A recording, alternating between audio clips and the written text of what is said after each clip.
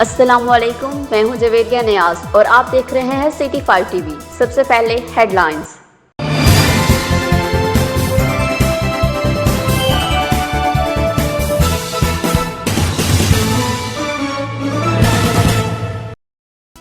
ताजियावाला मामूकंजन के बिजनेसमैन आए रोज अपने खिलाफ होने वाले प्रोपेगेंडा की वजह से बिलबिला उठे। एक मुकामी शहरी की जानिब से इनके कारोबार को नुकसान पहुंचाने का इल्जाम। हुकूमत ऐसे अफराद के खिलाफ सख्त एक्शन ले। अगर हुकूमत ने इस तरफ तवज्जो ना दी, हम इसके खिलाफ हर फॉर्म पर भरपूर एहतजाज करेंगे। जी बिल्कुल, ये तांदरेवाला का इलाका मामूकांजन है, जहाँ के बिजनेसमैन आए रोज़ अपने खिलाफ होने वाले प्रोपोगंडा की वजह से बिलबिला उठे हैं।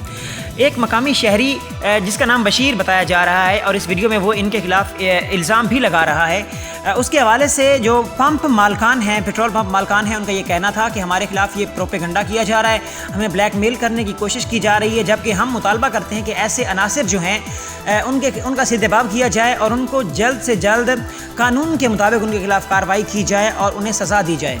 जी सिटी 5 न्यूज़ से फिल वक्त इतना ही। जवेरिया नियाज को दीजिए इजाज़त। अल्लाह निगहबान।